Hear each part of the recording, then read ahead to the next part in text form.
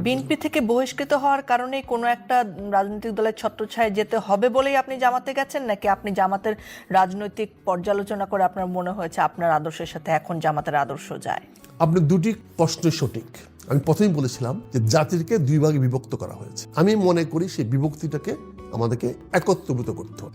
আমি সেখানে এটা দুইভাবে করতে পারতাম। যদি বিএনপি আমার মতামতকে যদি মূল্য দিত, আমি কিন্তু জামাতকে নিয়ে জোট করার বিপক্ষে ছিলাম।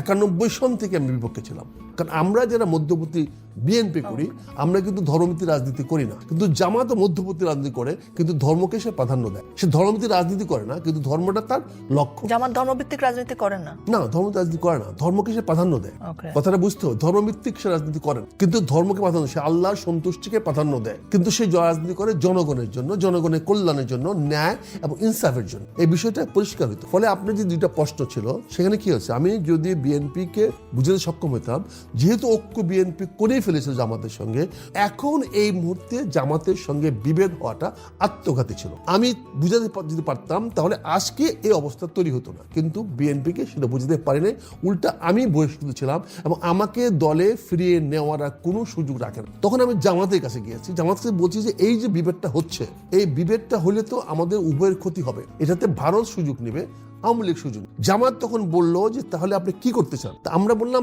যেহেতু তারা বিভেদ করছে, আপনি বিভেদ করবেন, আপনি ঐক্যের ডাক দিবেন, আসেন আমরা সবাই ঐক্যবদ্ধ হয়ে দেশটাকে সামনে এগিয়ে নিয়ে যাই। এখানে জামাতের আমির আমাকে বলেছেন, তাহলে আপনি কি আমার সঙ্গে আসবেন?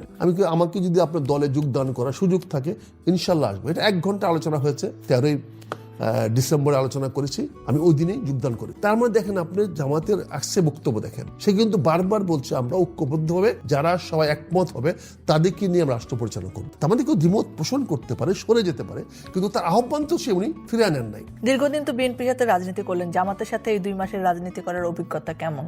আমার অভিজ্ঞতাটা বলবো, আমি মনে করি আমি একটা চমক পেয়েছি। বিএনপি কোনো সাংগঠনিক রাজনৈতিক দল না, এটা হোমজিক্যাল রাজনীতি। নেতাকে বুঝাতে পারলেই এখানে নেতা হওয়া যায়। কিন্তু ঠিক উল্টাটা হলো জামাতের আদর্শকে, শিক্ষাগত যোগ্যতাকে, তার ন্যায় নিষ্ঠাকে, তার সততাকে অনেক বেশি গুরুত্ব দেয়। এই যে আমি আরে মাস ধরে আছি, আমি তো কোনো পদ পাইনি, সহযোগী সদস্য মাত্র, কিন্তু আমি তো কোনো নেতৃত্ব পাইনি, আমাকে তো নেতৃত্ব স্থান দেয় না। সেটার জন্য আপনাকে কি কি করতে হবে? আমাকে দলের নিয়ম শৃঙ্খলা মানতে হবে, তার মধ্যে আসতে হবে, আমাকে 5 ওয়াক্ত নামাজ পড়তে হবে, জামাতে নামাজ পড়তে হবে, আমাকে সৎ কাজ করতে হবে, আমাকে মানুষের সামনে মানুষকে সত্যের পথে, ইসলামের পক্ষে, ধর্মের পক্ষে, আল্লাহর পক্ষে মোটিভেট করতে হবে, আমাকে প্রমাণ করতে হবে মানুষ জনগণের সামনে যে আমি দৃশ্যত মানুষের কাছে একজন সৎ মানুষ।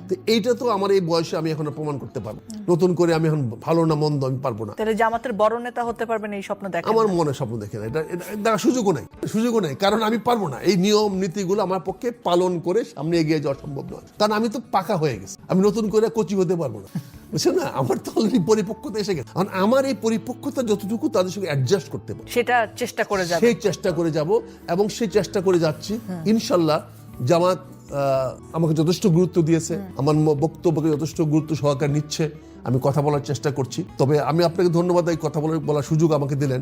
আসলে আদর্শগতভাবে জামাত, দুটো জিনিস জামাতের মধ্যে আপনি পাবেন। সেটা একটা হলো তারা ন্যায় এবং ইনসাফের রাজনীতি করে, এবং এই যে মানুষের যেটা ভুল ধারণা ছিল, আমার ভুল ধারণা ছিল যে যুদ্ধ অপরাধী হিসেবে ছিল, কিন্তু আমি দেখলাম যে যুদ্ধ অপরাধী হওয়ার তার তো কোনো সুযোগ নাই। পাকিস্তান সরকারকে সহযোগিতা করে, ওরা যখন গণহত্যা চালালো সরকারিভাবে, সেটার কি অংশ হয়ে যায় না তারা সহযোগিতা করে? এখন প্রশ্ন হচ্ছে যে এই জিনিসটা একটা ভেগ টার্ম। আমি অনেক কিছুরই সাক্ষী হতে পারি, আমার রাস্তার সামনে পিটিয়ে কাউকে মারছে, নৈতিকভাবে কিন্তু আমি দায়ী, কিন্তু পারিপার্শ্বিকতার জন্য আমি দায়ী, কিন্তু বাস্তবিক আমি দায়ী। তৎকালীন অবস্থায় পাকিস্তান যে গণহত্যা চালিয়েছে, সেই গণহত্যা চালানোর পরে এটা চালিয়েছে 25শে বার রাতে। তারপরে আস্তে আস্তে ইভেন পরবর্তীতে মিলিটারি সরকার পরিবর্তন করে ডক্টর মালেকের অধীনে একটা সিভিল সরকার হয়েছে।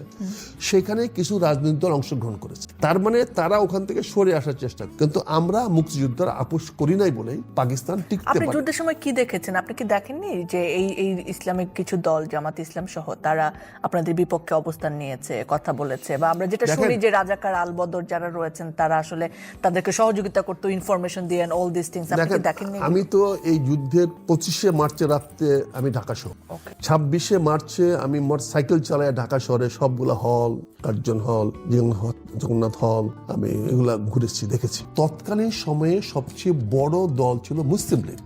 আওয়ামী লীগের পরবর্তী যে দল ছিল মুসলিম লীগ, তারপরে সেকেন্ড দল ছিল নেজাম ইসলাম। জামাত ইসলাম ছিল খুবই নগণ্য, একটা ছোট্ট দল। ইস্ট পাকিস্তান জামাত ইসলাম সব মিলে 300 লোক ছিল কিনা সন্দেহ, কাজে খুবই ছোট্ট একটি দল। কিন্তু আমরা আওয়ামী লীগের বয়ানে কি দেখলাম, মনে হচ্ছে আমরা জামাত ইসলাম বিরুদ্ধে যুদ্ধ করি। এমন ভাবে বয়ানটা তৈরি করা হয়েছে সারা বাংলাদেশে, হাটে ঘাটে মাঠে এমন ভাবে প্রচার করা হচ্ছে যে পাকিস্তানিরা জামাতকে সাহায্য করে। পাকিস্তান ইয়াহিয়া খান, ভুট্টো খান, তারা জামাতকে সাহায্য করেছে। মনে হয় যে যুদ্ধটা ছিল জামাতের সঙ্গে। এটা সঠিক নয়। আমি এই ইতিহাসটাকে পরিবর্তন, সত্যটাকে আনতে চাই। এখানে আমি বলতে চাই আমরা যুদ্ধ জামাতের ইসলামের বিরুদ্ধে করি নাই আন্ডার দ্য মওদুদি ডক্ট্রিন। কিন্তু বর্তমান রাজনীতি বিএনপি যে জামাত ইসলাম প্রতিষ্ঠা হয়েছে 1980 সনে বহুদল রাজনীতির সুযোগে, সেখানে কিন্তু বাংলাদেশ জামাত ইসলাম বিশ্বাস করে বাংলাদেশের স্বাধীনতা অর্জিত হয়েছে জনযুদ্ধের মাধ্যমে এবং মুক্তিযুদ্ধকে তারা স্বীকার করে। কাজে এখানে ধর্মভিত্তিক কোনো বক্তব্য তাদের নাই। তাদের বক্তব্য দুইটা পরিষ্কার। একটা, তারা বলেছে আল্লাহর সন্তুষ্টি বিধান করা আমাদের মূল উদ্দেশ্য, এবং আল্লাহ সন্তুষ্টি বিধান করার জন্য ন্যায় এবং ইনসাফ ভিত্তিতে সমাজ ও রাষ্ট্র পরিচালনা করব। তাহলে এখানে ধর্মের কোনো প্রশ্ন নাই। আমি তো রোজা রাখি, নামাজ পড়ি, জাকাত দেই, ঈদের নামাজ পড়ি, উৎসব করে ঈদের নামাজ, উৎসব করে আমরা রোজা রাখি, করি না আমরা? আপনার ঢাকা শহরে অনেক দোকান আছে, রেস্টুরেন্ট খুলে আছে, সেই রীতি এটা কি ইসলামিক না? কিন্তু ইসলামিক হিসাবে সেই হয়েছে। এটা মানুষের নতুন একটা ফ্যাশনে রূপান্তরিত হয়েছে। কিন্তু ব্যাক অফ দ্য মাইন্ড কি?